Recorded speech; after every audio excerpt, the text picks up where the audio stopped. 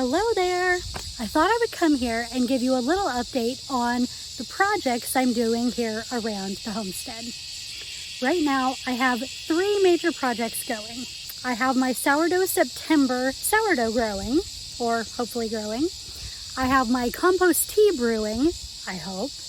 And I have mulberry trees dying, I hope. So let's talk about how each of these are going. Starting with the sourdough. So let's talk about how my sourdough is going, which is not ideal. So you have steps that you're supposed to do every day for this sourdough. I have missed 2 days. And so far, I believe I'm supposed to be on day 6. I'm on day 4. And I don't know if you'll be able to see it, but there's like water that rises to the top each day. I don't know if that means like I killed my starter or if that's supposed to happen, but it smells very yeasty and delicious. So I'm gonna keep going and see what happens. Maybe I didn't kill it. I don't know. Have you ever had sourdough? Do you know what it means when it separates? Is there a way that I need to do like sourdough CPR, like chest compressions to the tune of staying alive? Like, I don't know what to do.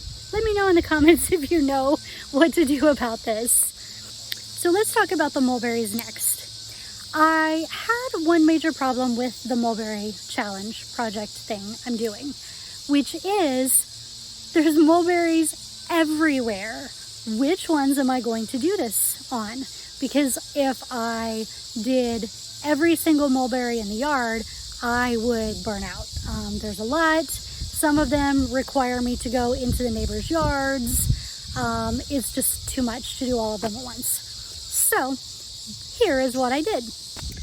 I took the mulberries that I wanted to eliminate in this project, and I tied a piece of colorful old fabric scraps around it. So I've still been going out every day, trying to find anything that's green, pluck it off with my fingernail, or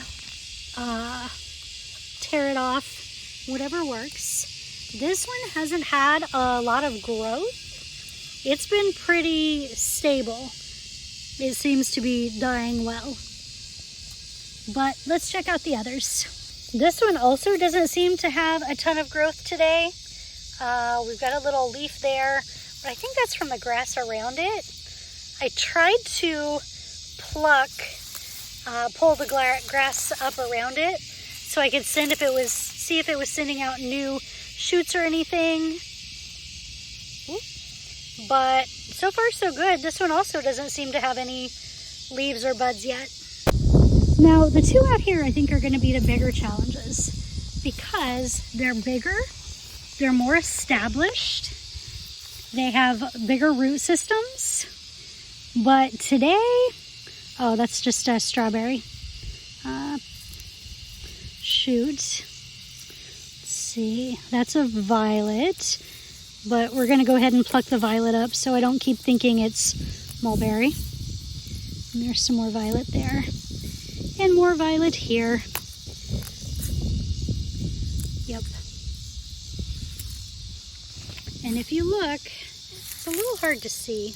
You may have to look from the other side. Yeah, there, you can see a little bit of green. So here on this one, you can see a little bit of new growth coming. So we're just going to pick that off. Check for any other spots. That one's a violet. I'm not seeing anything else on this one. This one, I see a tiny little minuscule bit of green there. We're going to pluck that off. Scrape off what we can so that there's nothing left to come back. Otherwise, that one seems good. Oh, nope, there's another one right there. And I think that one's good for today. Now, this patch I had cut a lot closer to the ground, so it's a little harder to look for. But you can see there's a little bit right there of green. We'll get that with our fingernail. There's another piece of green beside it. Oh, that goes with a piece of grass. This one has 2 tiny pieces. So I'm trying to prevent this from being able to do photosynthesis, because without that, plants die. And that's what we're shooting for. I noticed that I'm pulling off less and less each day.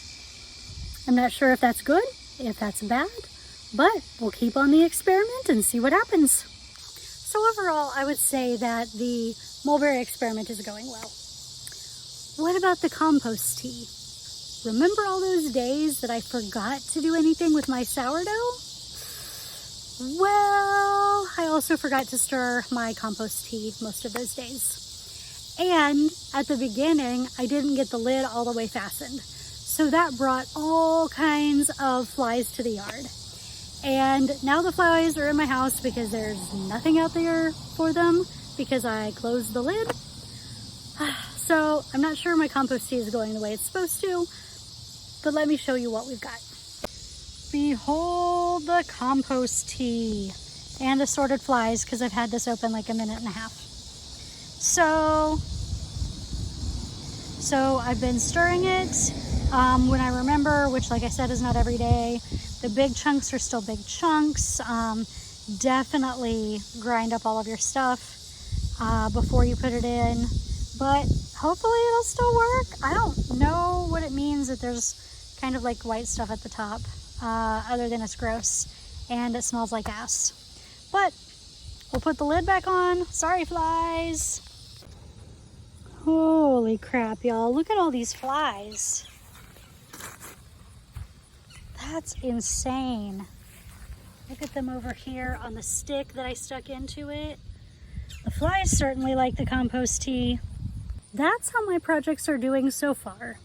I have some others in the works. I'm planning to film some videos about seed saving experiments, some videos about getting pests off green beans. So if you have any videos about that, please let me know in the comments so I can come and check them out on your channel. But for today, that's all, folks.